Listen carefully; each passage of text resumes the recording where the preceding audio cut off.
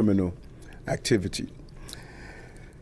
And for dangerous people to be put back on our streets after they have committed crimes, and as recently as yesterday, and on parole, it just sends a terrible signal to our public and a terrible symbol to the men and women who repeatedly attempt to apprehend and ensure our city is a safe place. Patrol officers from the 109th Precinct responded to a carjacking of an Uber driver. While at the location, on-duty narcotics detectives from Queens South, who were headed back to their office after executing a search warrant, came across the incident and stopped to help the apprehension. During the apprehension, one detective from Queens South Narcotics was shot twice, wounded in the arm and the leg. At this time, it appears this was a friendly fire incident. Thankful these injuries are not life-threatening, and we expect him to make a full recovery. We just visited his mom and his wife, who is expecting a child at this time, and it was a relief to them that their loved one would be okay. And I want to thank him for his bravery when I visit him. He's now in surgery and his 12 years of service. Right now, one perpetrator is in custody and will face justice in the court of law. But I want to be clear, regardless of who shot our detective, there's one person responsible for starting the chain of events that landed us in the hospital today. This is a man who should have been behind bars, not on our streets. He's a 28-year-old recidivist with a lengthy rap sheet of robbery and assaulting officers, who was on parole for a robbery that took place in March and was literally arrested again and released yesterday with a desk appearance ticket. Before going out to attempt a carjacking in Queens, he walked out of one of our criminal justice locations. This is a definition, I believe, of insanity. Arresting the same people over and over again and expecting different results. NYPD is gathering more information about the crime, but it's clear that this individual has no business walking free and endangering New Yorkers. From day one, this administration has been focused on driving down crime and have delivered results over and over again, but we need help from our lawmakers. We cannot allow repeated offenders to commit repeated violent acts in our city. We know the reality of what that means, and we know what it means to prepare our officers for this dangerous work. They're training hard and taking risks. They run towards dangers while others run away. We call them New York's finest for a reason, and we saw that today. And we're going to continue to support them as they do their job. I want to turn it over to Commissioner to give a full details of the events. Thank you, sir. The information that I am about to provide is preliminary and subject to change. At this point, here is what we know. Earlier this morning, as detectives assigned to Queens South Narcotics were returning to their command after performing a search warrant in the 113 precinct.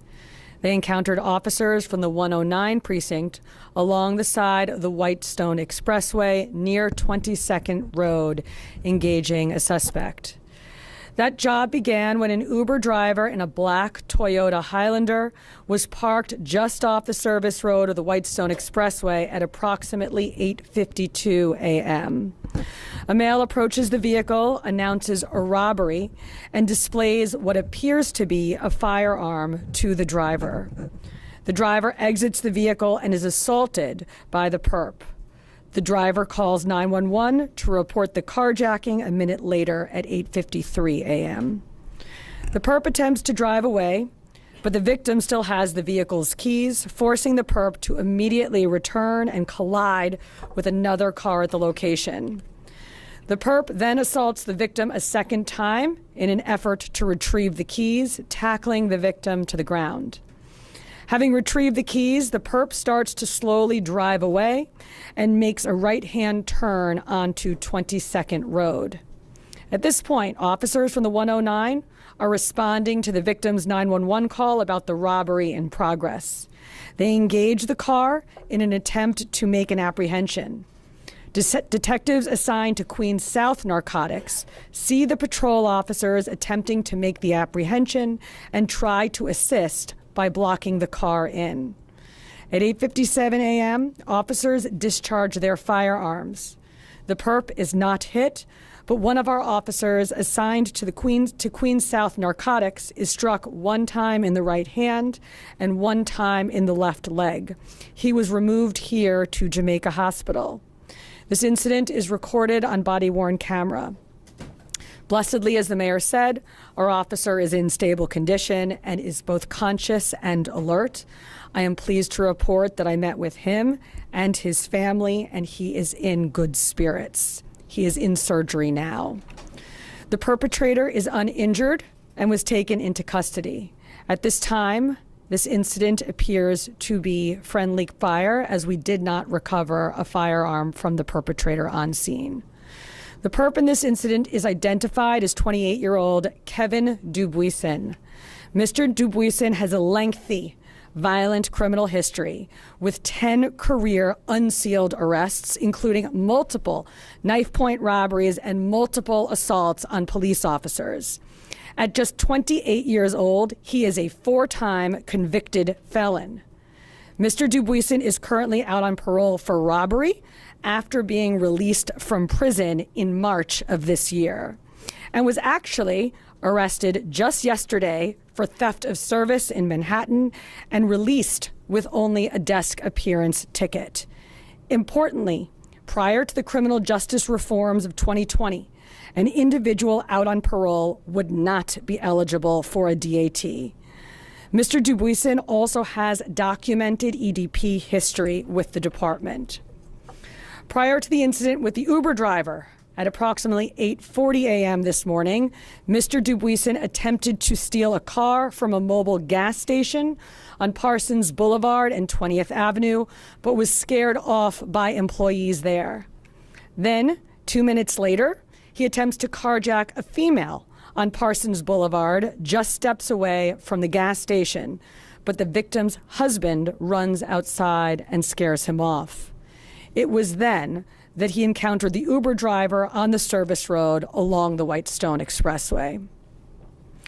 This chain of events, which could have ended quite differently, began because a career criminal, a person who has terrorized victims for nearly a decade, was allowed to continue his violent spree.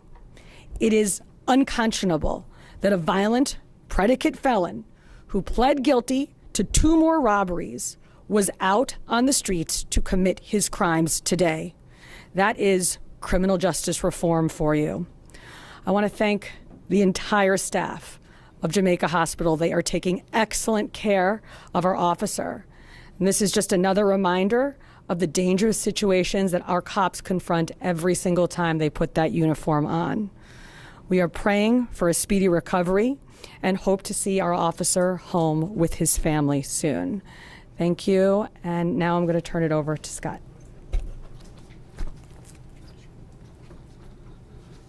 Good morning. My name is Scott Moran, the Detective Endowment Association president. I have a message for Albany. Come off your vacation now, get up in Albany, and let's start working to protect our police, our detectives that are out there working every day. In fact, this detective, thank God he's okay today. Okay, he was out working, protecting the people of City of New York this morning, executing a search warrant. And now he's sitting upstairs in surgery. We need your help in Albany. It's just not about retaining police officers. We want police officers to be safe. That's what we're here. We want them to be safe.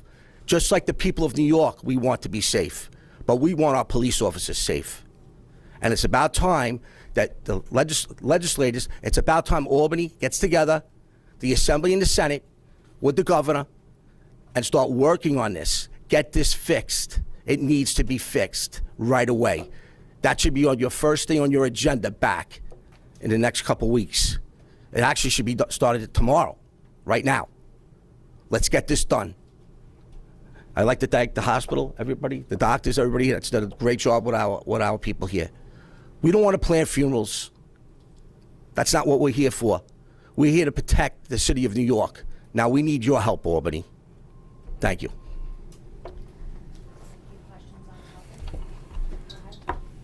The firearm you mentioned, was that a detail in the 911 call, the flashed potential firearm that wasn't recovered on scene? Yeah, so the two different 911 calls that we looked at, the one female from the gas station, she describes what appeared to be a firearm, and the male, the Uber driver, describes that the male perpetrator was armed with a weapon. So he was never found with that gun? That's correct. Anybody else on topic, Rocco? Chief, is it yet clear if the officer who fired realized the narcotics officers were in fact police?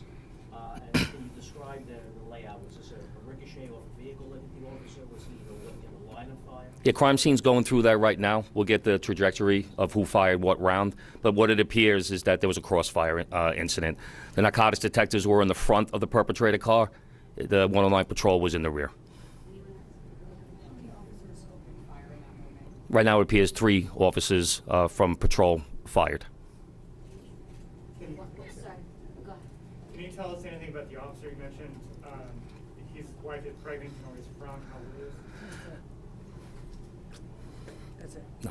That's all they're going to That's share all. right now. Okay. Anything else? Or then we just go one more time? Go ahead, Rocco. For both the mayor and the commissioner.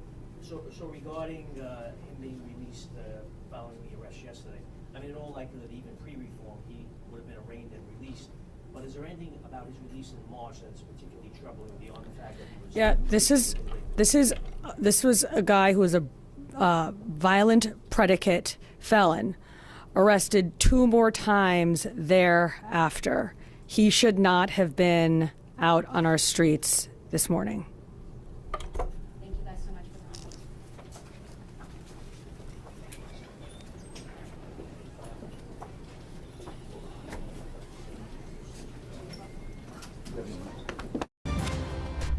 This. Good morning. We made it to Friday. We've made it to the pick of the week. We've got a gorgeous day today from start to finish. Yes, we're waking up on the cooler side, 50s and 60s, but look at this. We're going